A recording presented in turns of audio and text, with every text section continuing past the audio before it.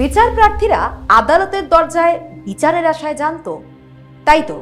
কিন্তু সেই বিচারপতির চেয়ারেই যদি বসে থাকে কোনো প্রভাবশালীর দালাল, যদি কোটি টাকার মামলার রায় বদলাতে বিক্রি হয়ে যায় পদের প্রশাসনিক ক্ষমতা, আর হুমকি দেওয়া হয় খোদ প্রধান বিচারপতির নাম ভাঙিয়ে, না, কোনো সিনেমার গল্প নয়। সুপ্রিম কোর্টের ইতিহাস কাঁপিয়ে খোদ মহামান্য প্রধান বিচারপতির টেবিলে আছড়ে পড়েছে তিনটি বিস্ফোরক চিঠি। রাজস্থান হাইকোর্টের অ্যাক্টিং চিফ জাস্টিসের বিরুদ্ধে তোপ দেগেছেন সুপ্রিম কোর্টের এক শীর্ষ বিচারপতি। টাকার খেলা, স্বজন পোষণ, সহকর্মীদের ব্ল্যাকমেইল করা আর কোর্ট রুমের ভেতরে চলা ক্ষমতার বিষাক্ত খেলা। আজ খোলস ছাড়াবো বিচার ব্যবস্থার সেই অন্ধকার কক্ষের, যা আপনাকে শিউরে উঠতে বাধ্য করবে। খবরের ভেতরের সত্যিটা জানতে হলে সবটা শুনতে হবে। নমস্কার, আমি স্নেহা মুখার্জি, আর দৈনিক সংবাদ অনলাইনে আপনারা দেখছেন খবরের পেছনের খবর। সুপ্রিম কোর্টের ভেতরেই কি তবে এক অভূতপূর্ব নজির তৈরি হতে যাচ্ছে? প্রধান বিচারপতির দরবারে শটান পৌঁছে গেছে এক বিস্ফোরক চিঠি। ভারতের মহামান্য প্রধান বিচারপতি সূর্যকান্তের কাছে রাজস্থান হাইকোর্টের অ্যাক্টিং চিফ জাস্টিস সঞ্জীব প্রকাশ শর্মাকে পদ থেকে সরানোর দাবি উঠেছে। অবাক করা বিষয় হলো, এই চিঠি কোনো সাধারণ বিচার প্রার্থী বা আইনজীবী পাঠাননি। এই অভিযোগ তুলেছেন খোদ সুপ্রিম কোর্টের এই মাননীয় বিচারপতি Sandeep Mehta. Bar and bench exclusively এই চাঞ্চল্যকর খবরটা প্রথম প্রকাশ করে তারপরে একে একে the Hindu, the Wire, live লয়ের মতো প্রথম সারির সংবাদ মাধ্যম এই খবর নিজেদের মতো করে প্রকাশ করেছে। বার অ্যান্ড বেঞ্চের রিপোর্ট অনুযায়ী জাস্টিস শর্মার বিরুদ্ধে মামলা তালিকাভুক্তিতে হেরফের এবং ক্ষমতার চূড়ান্ত অপব্যবহারের মারাত্মক অভিযোগ আনা হয়েছে। চলুন ভেতরের খবরটা একদম গোড়া থেকে বুঝে নেওয়া যাক। ঘটনা হলো গত 2, 10 এবং 17 আগস্ট জাস্টিস সন্দীপ মেহতা দেশের প্রধান বিচারপতি সূর্যকান্তকে পরপর 3টি চিঠি লিখলেন। তার সোজা অভিযোগ, আগামী মাসেই অবসর নিতে চলা জাস্টিস শর্মা তার প্রশাসনিক ক্ষমতাকে হাতিয়ার বানিয়ে কিছু বিত্তশালী ও প্রভাবশালী পক্ষকে সুবিধা দিচ্ছেন।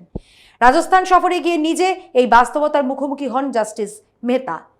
সেখানে হাইকোর্টের একাধিক বিচারপতি তাঁর কাছে অ্যাক্টিং চিফ জাস্টিস সঞ্জীব প্রকাশ শর্মার কাজকর্ম নিয়ে চরম ক্ষোভ প্রকাশ করেন। অভিযোগ উঠেছে তিনি নাকি বিচারপতিদের উপর চাপ সৃষ্টি করতে সিজেআই সূর্যকান্তের সঙ্গে নিজের ঘনিষ্ঠতার ভয় দেখাচ্ছিলেন। কিরকম ভয়? বদলি ও বিভাগীয় ব্যবস্থার হুমকি দিচ্ছিলেন। চিঠিতে সুপ্রিম কোর্টেরই সাম্প্রতিক এক পর্যবেক্ষণকে স্মরণ করিয়ে দিয়েছেন জাস্টিস মেহতা, যেখানে বলা হয়েছিল অবসরের ঠিক মুখে দাঁড়িয়ে কিছু বিচারকের মধ্যে অলৌকিক কোনো বাহ্যিক কারণে বিশেষ রায় দেওয়ার এক বিপজ্জনক ঝোঁক দেখা যায়। এর বড় প্রমাণ দিতে গিয়ে জাস্টিস মেহতা রাজস্থানের উদয়পুরের অত্যন্ত দামি জমি সংক্রান্ত আপিল মামলার প্রসঙ্গ তোলেন। অভিযোগ, রাজস্থান হাইকোর্টের 2 বিচারপতির ডিভিশন বেঞ্চের নির্দেশকে বুড়ো আঙুল দেখিয়ে সেই হাই প্রোফাইল মামলাটি জাস্টিস শর্মা শটান নিজেদের বেঞ্চে শুনানির জন্য তালিকাভুক্ত করে নেন। মজার বিষয় হলো, জাস্টিস শর্মা নাকি নিজেই আগে এক রায়ে স্পষ্ট জানিয়েছিলেন যোধপুর বেঞ্চের এমন মামলা কোনোভাবেই জয়পুর বেঞ্চে পাঠানো যাবে না। অথচ নিজের সেই পুরনো রায়কেই তিনি এবার কিভাবে যেন ভুলে গেলেন।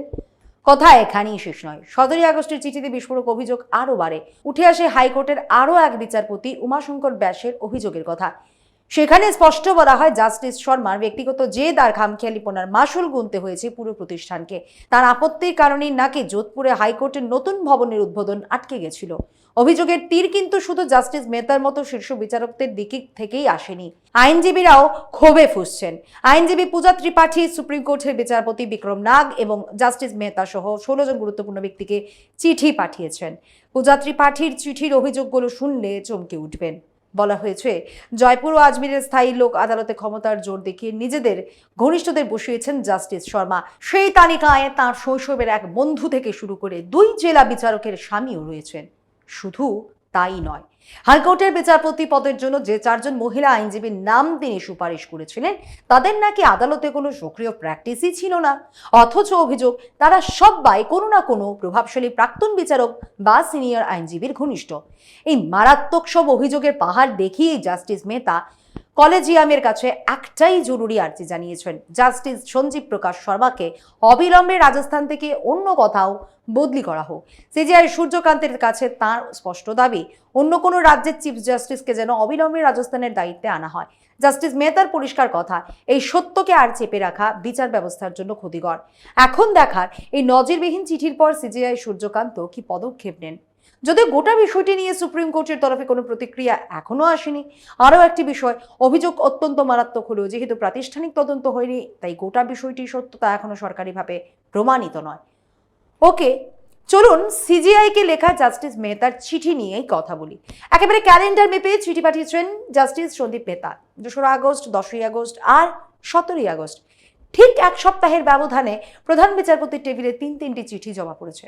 জাস্টিস মেহতার স্পষ্ট অভিযোগ, রাজস্থান হাইকোর্টের অ্যাক্টিং চিফ জাস্টিস শর্মা তার প্রশাসনিক ক্ষমতা ও রোস্টার নির্ধারণের ক্ষমতার চরম অপব্যবহার করেছেন। হাইকোর্ট বা সুপ্রিম কোর্টে কোন বিচারপতি কোন মামলার শুনানি করবেন তা ঠিক করার সর্বময় ক্ষমতা থাকে প্রধান বিচারপতির হাতে। জাস্টিস শর্মা নাকি সেই ক্ষমতারই সুযোগ নিয়েছেন। অভিযোগ, টাকা আর ক্ষমতার প্রভাবে বড় বড় অর্থনৈতিক মামলার লিস্ট তৈরিতে কারচুপি করে নির্দিষ্ট পক্ষকে সুবিধা করে দেওয়া হয়েছে। খটকাটা ঠিক এখানেই। খুব সাধারণ ভাষায় বললে একজন বিচারপতি নাকি ক্ষমতার শীর্ষে বসে কোটিপতি বা প্রভাবশালী পক্ষদের সুবিধা পাইয়ে দিচ্ছেন। আর সেখানেই শেষ নয়, মামলা আরো গভীর। জাস্টিস মেহতা চিঠিতে জানিয়েছেন রাজস্থান সফরে গিয়ে তিনি জানতে পারেন হাইকোর্টের অন্য বিচারপতিরা জাস্টিস শর্মার হুমকিতে আতঙ্কে থাকেন। বিচারপতিদের নাকি খোলামেলা হুমকি দেওয়া হতো, কথা না শুনলে দূর দূরান্তে বদলি করে দেওয়া হবে। আর এই ভয় দেখানোর মূল অস্ত্র ছিল সিজেআই সূর্যকান্তের নাম। জুনিয়রদের উপর চাপ সৃষ্টি করে স্পষ্ট বলা হতো, সুপ্রিম কোর্টের সিজেআই তো আমার খুব ঘনিষ্ঠ লোক, তাই সোজা হয়ে চলুন, না হলে কিন্তু ফোনে ফোনে বদলি হয়ে যাবে। কলেজিয়ামের ক্ষমতার দোহাই দিয়ে সহকর্মীদের উপর এমন দাপটার হুমকি চালানোর অভিযোগ বিচার ব্যবস্থার ইতিহাসে সত্যিই বিরল। এবার সুপ্রিম কোর্টের এক পর্যবেক্ষণের কথা টেনে জাস্টিস শর্মার উপর চাপ আরো বাড়ালেন জাস্টিস মেহতা। তিনি মনে করিয়ে দেন সিজেআই সূর্যকান্ত এবং জাস্টিস জয়মাল্য বাগচির সেই তীব্র মন্তব্য, যেখানে তাঁরা বলেছিলেন কিছু বিচারপতি অবসর নেওয়ার ঠিক আগে কোনো অজানা বাহ্যিক কারণে প্রভাবিত হয়ে হঠাৎ রায় দেওয়ার জন্য অস্বাভাবিক তাড়াহুড়ো শুরু করেন। এই প্রেক্ষাপটকে সামনে রেখে জাস্টিস মেহতা তুলে ধরেছেন রাজস্থানের উদয়পুরের এক অতি মূল্যবান জমির আপিল মামলার গল্প। নিয়ম অনুযায়ী মামলাটি চলার কথা ছিল যোধপুর প্রিন্সিপাল বেঞ্চে, কিন্তু জাস্টিস শর্মা রাজস্থানে জয়পুর বেঞ্চে থাকা নিজের আদালতের তালিকাভুক্ত করে নিজেই শুনানি শুরু করে। যে জমির বাজার মূল্য আকাশ ছোঁয়া, সেই মামলা যোধপুর থেকে নিজের বেঞ্চে টেনে আনা কি শুদ্ধই কাকতালীয়? বড় ধাক্কাটা হলো জাস্টিস শর্মা নাকি নিজের দেওয়া এক পুরনো রায় স্পষ্ট লিখেছিলেন যোধপুরের মামলা কোনোভাবেই জয়পুরে বদলি করা যায় না, অথচ কোটি কোটি টাকার জমির কেস আসতেই তিনি নিজেই নিজের আগের রায়কে বুড়ো আঙ্গুল দেখিয়ে দিলেন। জাস্টিস মেহতা এই ঘটনাকে কেস লিস্ট করার স্পষ্ট কারচুপি বলেই চিহ্নিত করেছেন। একটু ঠান্ডা মাথায় ভাবুন, বর্তমান বিচার ব্যবস্থার শীর্ষে থাকা সুপ্রিম কোর্টের একজন কর্মরত বিচারপতি এমন সব বিষাক্ত বিস্ফোরক তথ্য দিয়ে তিনটি চিঠি লিখছেন। এটা কিন্তু সাধারণ কোনো বিষয় নয়। 10 আগস্টের চিঠিতে আরও একটি অদ্ভুত বিষয়ের উপর আলো ফেলা হয়েছে। 457 দিনের এক বিশাল বিলম্বকে কোনো বৈধ কারণ ছাড়াই মাফ করে দেওয়া সংক্রান্ত বিশেষ আপিল নির্দেশের পক্ষপাতিত্ব নিয়ে প্রশ্ন তোলা হয়েছে। এই বিচ্ছিন্ন ঘটনাগুলোকে একসঙ্গে জোড়া লাগালেই কিন্তু ক্ষমতার অপব্যবহারে এক সুনির্দিষ্ট প্যাটার্ন পরিষ্কার হয়ে যায়। আর 17 আগস্টের চিঠিতে যা আছে তা আরো অভাবনীয়। রাজস্থান হাইকোর্টেরই আরেক বিচারপতি উমাশঙ্কর ব্যাস তার সহকর্মীদের কাছে সরাসরি অভিযোগ করেছেন অ্যাক্টিং চিফ জাস্টিস শর্মা নাকি তার উপর নিজের ব্যক্তিগত রাগ মেটাতে জেলা বিচার বিভাগে কর্মরত তার স্ত্রীর উপর অন্যায় প্রশাসনিক ব্যবস্থা নিচ্ছেন। অর্থাৎ একজন সহকর্মী জাস্টিসের উপর নিজের গায়ের ঝাল মেটাতে তার স্ত্রীর ক্যারিয়ারকে টার্গেট করা হচ্ছে। বিস্ফোরক অভিযোগের তালিকা কিন্তু এখানেই শেষ হচ্ছে না। চিঠিতে আরও বলা হয়েছে প্রায় 40টি আদালত কক্ষ নিয়ে গঠিত একটি ব্র্যান্ড নিউ ভবন প্রায় 1 বছর ধরে একদম তৈরি অবস্থায় পড়েছিল, অথচ জাস্টিস শর্মার আপত্তির কারণে সেটির উদ্বোধন আটকে রাখা হয় এবং শেষ মুহূর্তে নকশায় বিশাল সব পরিবর্তন করা হয়। সবচেয়ে অদ্ভুত বিষয় হলো নতুন ভবন তৈরি থাকা সত্ত্বেও সেই পুরোটা সময় কোটি কোটি টাকা খরচ করে তারা ভাড়া বাড়িতে আদালতের কাজ চালানো হচ্ছিল। জাস্টিস মেহতা একে সরাসরি প্রতিষ্ঠানের চরম আর্থিক ক্ষতি এবং স্বৈরাচারী প্রশাসনিক সিদ্ধান্ত বলে তোপ দাগিয়েছেন।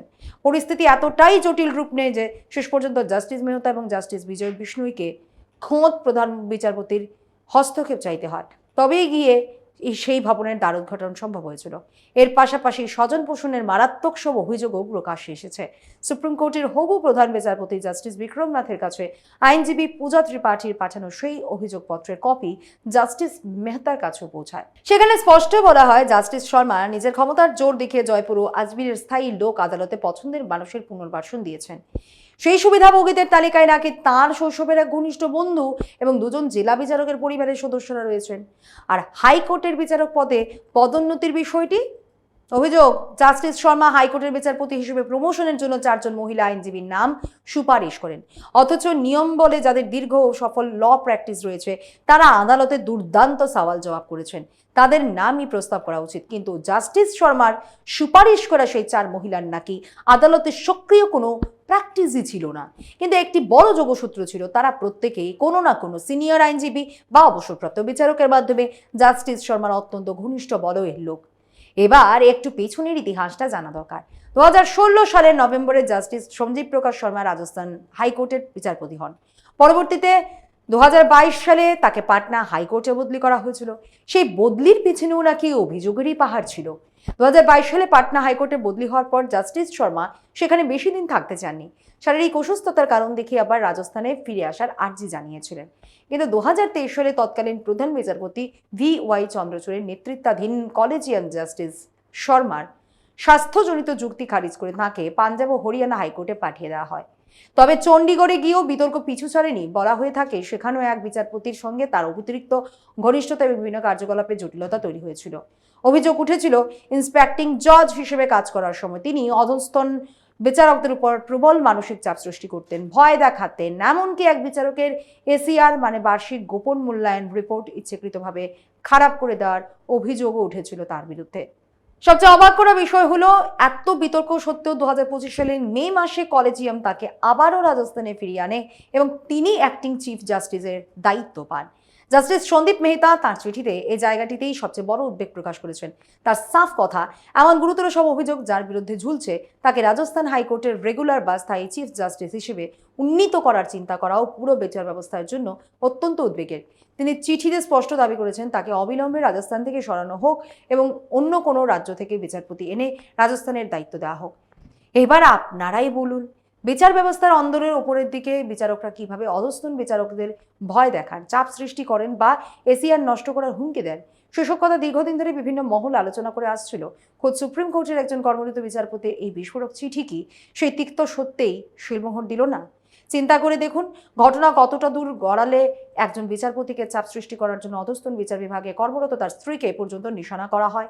ক্ষমতার অপব্যবহার, কোটি কোটি টাকার জমির মামলার রোস্টার পাল্টে দেওয়া কিংবা বিত্তশালীদের সুবিধা পাইয়ে দেওয়ার মতো এত অভিযোগ যখন একসাথে উঠে আসে, তাও সুপ্রিম কোর্টের বিচারপতি ও আইনজীবীদের তরফ থেকে, তখন কিন্তু পুরো ব্যবস্থার স্বচ্ছতা নিয়েও মারাত্মক প্রশ্ন উঠে যায়। এত মারাত্মক সব অভিযোগ ওঠার পরও justice Sharma acting chief justice হিসেবে বহাল তবিয়তে রয়েছেন, আর তাকে নাকি স্থায়ী করার প্রস্তুতিও চলছে। কেন CJI সূর্যকান্তের বাছাই করা নামগুলোর বড় একটা অংশ বারবার বিতর্কের মুখে পড়ছে? কলেজিয়াম থেকে পাশ হওয়া সিদ্ধান্তগুলো নিয়ে কেন বারবার উঠছে প্রশ্নচিহ্ন? অতীতের অনেক প্রধান বিচারপতির আমলেও অমৃতকালে বেছে বেছে বিচারক বসানোর ঘটনা নিয়ে প্রশ্ন উঠেছে, কিন্তু বর্তমানে হুজুরের আমলে তো একেবারে ইতিহাস তৈরি হয়ে গেল। এই দেশ আপনার, এই গণতন্ত্র আপনার, একে সুস্থ রাখার দায়িত্ব কিন্তু আপনারই। তাই এই ভিডিওকে যতটা সম্ভব ছড়িয়ে দিন। সত্যমেব জয়তে। আজ এই পর্যন্তই। এমন আরো বিষয় জানতে অবশ্যই চোখ রাখুন দৈনিক সংবাদ অনলাইনের পর্দায়। লাইক, কমেন্ট আর শেয়ার করুন। দেখতে থাকুন দৈনিক সংবাদ, শুধু নামই যথেষ্ট।